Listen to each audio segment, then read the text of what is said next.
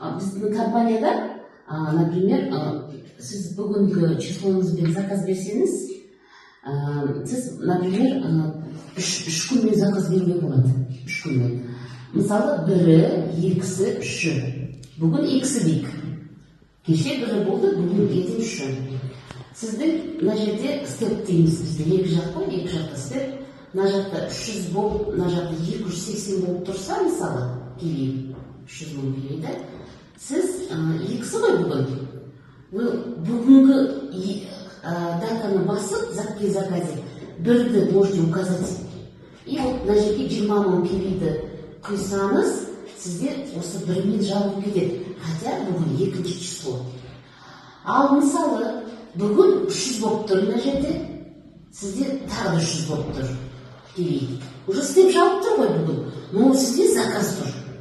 Сіз при заказе выбираете 3-ші числоны.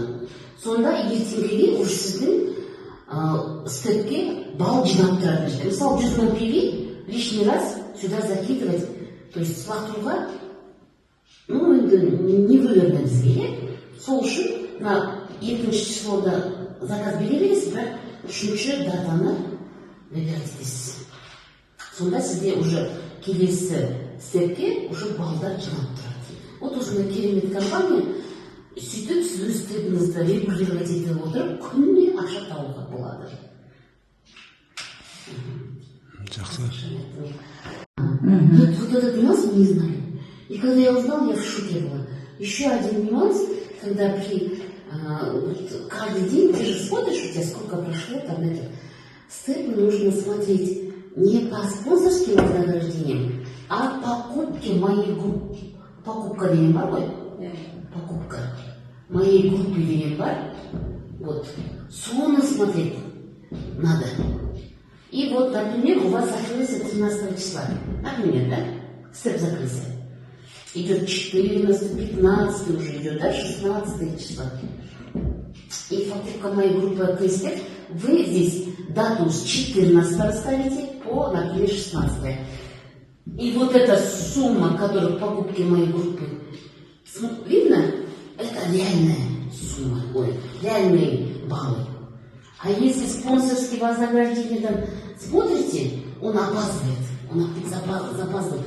Поэтому вот как будто здесь 200, как будто здесь 300, например, вам показывает компания.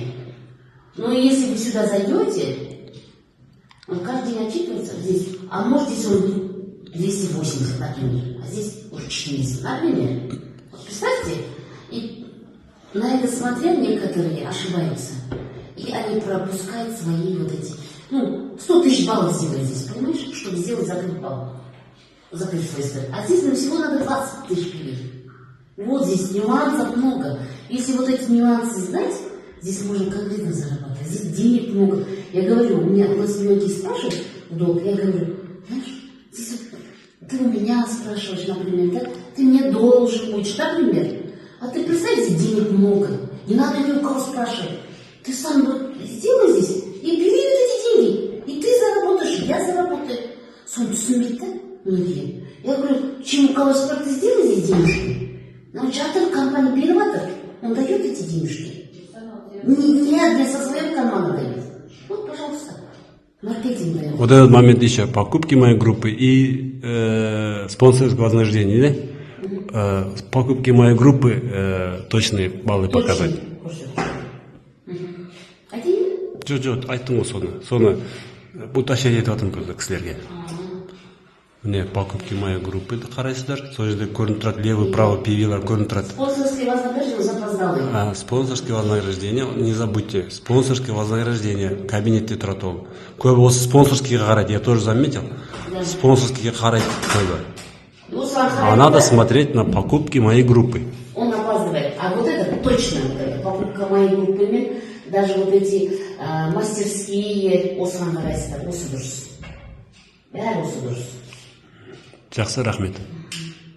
На моменте, вот когда вы закрываете степ, қарайсыздар ғой, сол кезде на часы надо смотреть. Вот, например, сегодня 2-е, да? Бұл екісі. И сіздер сағат қарайсыздар, сағат 20:00 шейін сіздер должны успеть вот это первое закрыть. Первое закрыть вот это. 20 уже 0,1 болып кетеді, но исчезает, появляется 4 число. Вечером.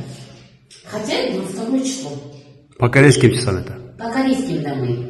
И корейцы джабцайта уже когда следующий заказ 3 число. Хотя сегодня 2-е, 8:05, вы заказ идете, у вас 3 число показывает. А уже первым вы не сможете. Поэтому я даже ставлю будильник, чтобы не забыть. 19:30 я ставлю будильник, степте. И сол степке қарайында сразу тексересіз вам. Если мне там чуть-чуть не хватает, вот бывает, даже вот так мы профукивали. Здесь, например, 1 300 000, да? Здесь 699. Вот представьте, и там 900, вот так даже бывало такое. И здесь вместо, если 700 здесь было, вот мы 40 000 получили бы. А мы вместо того, что там 100 баллов не хватило, мы получили 20 000 тенге.